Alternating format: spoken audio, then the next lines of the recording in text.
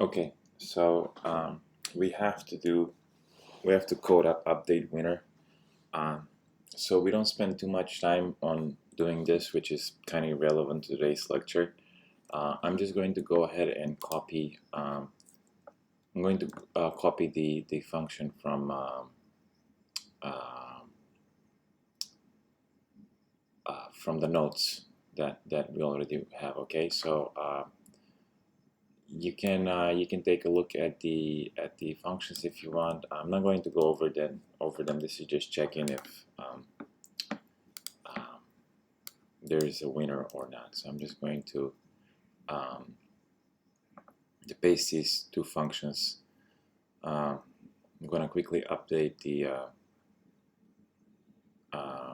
just make any changes so I can get the code to compile. So game state cannot be final, so we have to get rid of that. Um, let's see, what else do we winner cannot be final either, so I'm just gonna do the final there. And I think the code, let's see here, it needs a move count. So let's go ahead and create a move count. Okay, so we'll say private int move count.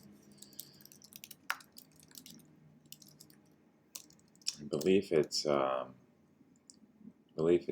move count, and we'll initialize it here. Okay, and then we have to every time we set a piece in the set piece set, we have to update the move count. So we'll say this dot move count plus as well. Okay, so I think we're good now. All right, so the next thing I'm going to do is I'm going to write a controller to play the game, right? So let's go ahead and do that. So we'll have the interface first. I'll call this tic-tac-toe controller, and we'll say tic-tac-toe controller. Make this an interface, and I'll just have one method here. I'll say void play. All right, let's go ahead now and implement a class. So I'll call it TTT for tic-tac-toe controller. There we go. And we'll say implements tic-tac-toe controller. All right, here we go. Play. Zoom out a little bit. Let's go ahead and create our constructor. So we'll have the tic-tac-toe model. We'll say model, and then for the view, I'll have an appendable. We'll say view. Okay, and then we'll write our constructor. So we'll say public TTT controller tic-tac-toe model, and excuse me, we'll have an appendable view. So we'll say this dot model I'll say object dot require not null model. That will kind of save me from throwing the illegal argument exception, so I don't have to write it. This dot view equals objects dot require not null view. Okay,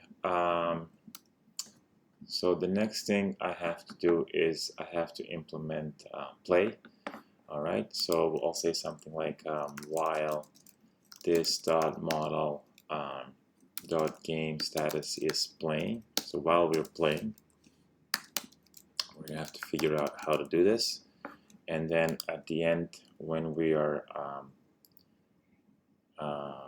when we're done, I'll say this dot the controller should probably print the board, or I can put it doesn't matter where I do it. I think it's probably nicer to do it in the printing. It's nicer maybe to do it in the controller, because different controllers might end up printing the game differently. And this another thing is this controller is bound to the appendable view. So maybe I'll have here GUI view, and then why put the printing in the model if I don't have to print it at all, where the controller decides where it's displayed. So I'll print the board, okay, and then we'll say let's try and see if there's a winner. So we'll say try, and we'll say, hey, if well, actually, I don't need a try exception here. I don't need that, because we'll check. We'll say if this model game status is status.1. So if there's a player that won the game, I'll say output, not output, I mean view.append, and we'll say we'll have to figure out here player slash computer. We'll just say, you know what, we'll just do this player. We'll say this.model.get winner to string we'll say won the game. Okay, let's see, why is append complaining here. Oh, we have a runtime exception on append. Alright, let's go ahead and fix this. Oops, cancel. I wanted to catch the exception. Surround try catch. Alright. Alright, this is fine, because append throws an IO exception, so I have to catch it. Alright. I think we are we're in good shape. The last thing I have to do is I have to implement the play here, and I have to implement the print board. I'm not going to code this up, because again, printing the board is kind of irrelevant. So I'll say let's see, what do I want? I'll say private void print board. Alright, and then I'm just going to go ahead and copy the code from class, from the notes. And I'll just change this to view. I think there's no need to spend time on this. We want to do this. Oops, we want to do this. We want to get to the strategies. All right. So now comes the play the play. So let's say we'll let the let's say boolean. We'll say player goes first equals true. So we'll let the human player, we'll say here human player goes next. All right, and then I'll say, all right, if the human player goes next, I need to figure out where to play. So I have to do something like figure out X row and column to play. All right.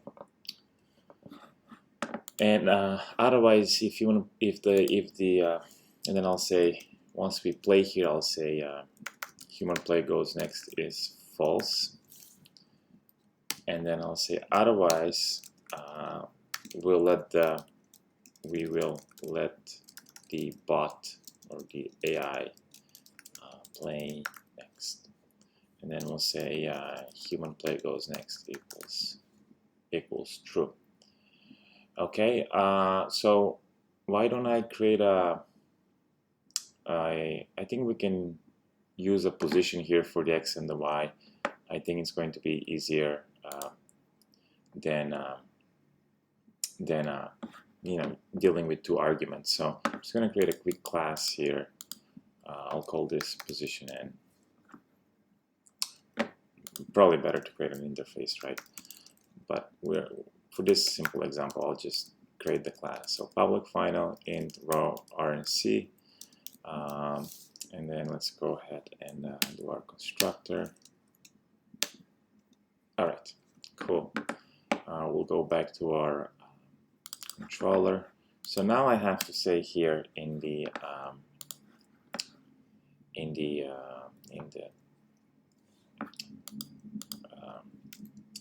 for the player, I'll say position as position, and then I need to figure out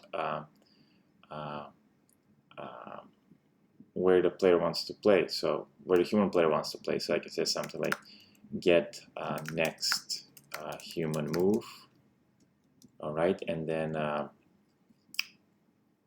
let's see, we'll see if we're going to take something, an argument here or not right now. And then for else, I'll say position and position equals, we'll say get next AI move.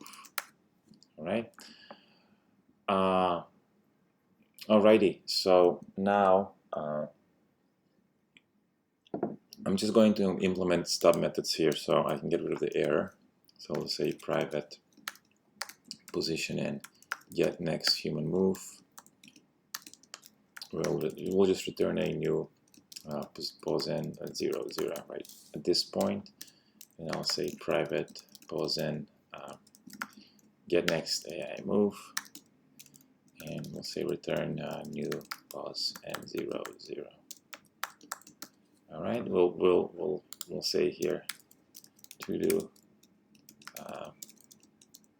We'll just say to do. We have to figure it out.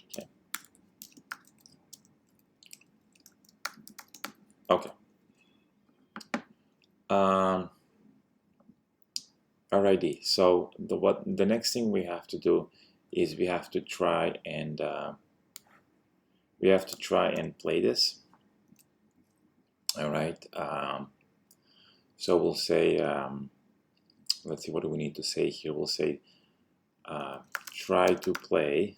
So we'll say try this dot model dot set p set, and we'll say position dot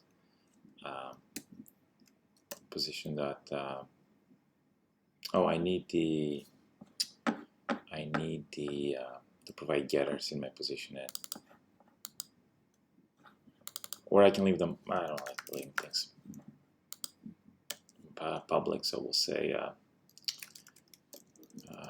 public int get row return this dot r, and then we'll say public int get c return this dot c. Okay, so we'll go here and I'll say pause dot get r, pause dot get c, and then I'm going to hard code this, but if we have time we can fix this later. For right now, I'll just assign always x for the human player. Okay, so we'll try to set the piece right, and then if we'll catch the exception here. I forget what exception set we throw at set p set. Let's quickly check. We're in the model. Set p set. We're all throwing illegal arguments exception. So either the piece is not empty or they put a bad row, bad column. So let's go back to the controller. So at this point of time, I can just say, let's see here. We can say maybe view dot append e dot get message, and of course this needs to be oh wait, this code is starting to look a little bit harder to read.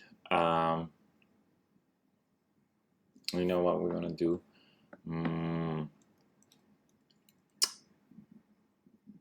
So I don't know. I can make the code easier to read. I can say private void write to view. I just want to do this so I can make the code easier to read for you guys. string output, and I'm just going to take this, put it here.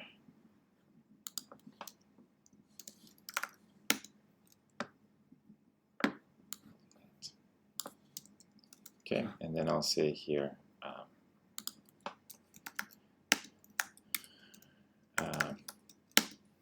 okay.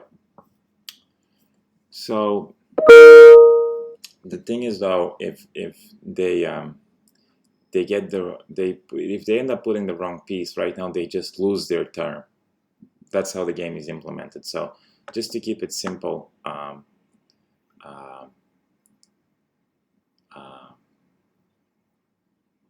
you know, if they end up playing in the wrong place, then they lose their term. If I wanted to fix it, I could probably say while human player goes next, and then I can say here, if there's no exception, I can say human player goes next equals false. But then it's kind of tricky because I can't have an if-else statement. So at this point in time, I'm just going to leave it like that, and I'll probably need to have another while loop in here to keep asking until you have the right solution, the right position. But I'm just going to leave this like that because, again, it's not the point of implementing tic-tac-toe. The point is of implementing, showing you how the strategies work. All right, and then pretty much I'm just going to take this code that I wrote for the human, and I'm going to put it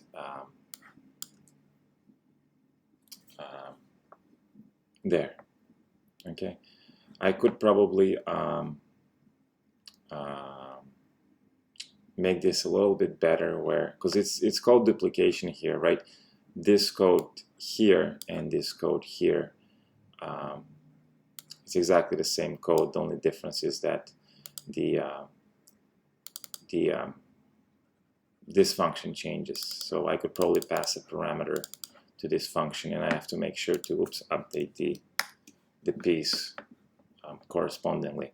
But at this point, I'm just going to leave this as it is. The notes online, they show a more sophisticated solution. If we have time, we'll go over that, but as at this point, I'll just leave it like this. Okay, so now the next thing we have to do is I have to implement get next human move and get next AI move. All right. So at this point, the video is getting again a little long. So I'll stop this video here, and then in the next video we'll try to implement the human move. Will be easy. We can just read from the keyboard for the human move, and then for the AI move is where we're gonna do. We're gonna put the actual logic. Okay. So thanks for watching, and I'll see you in the next video.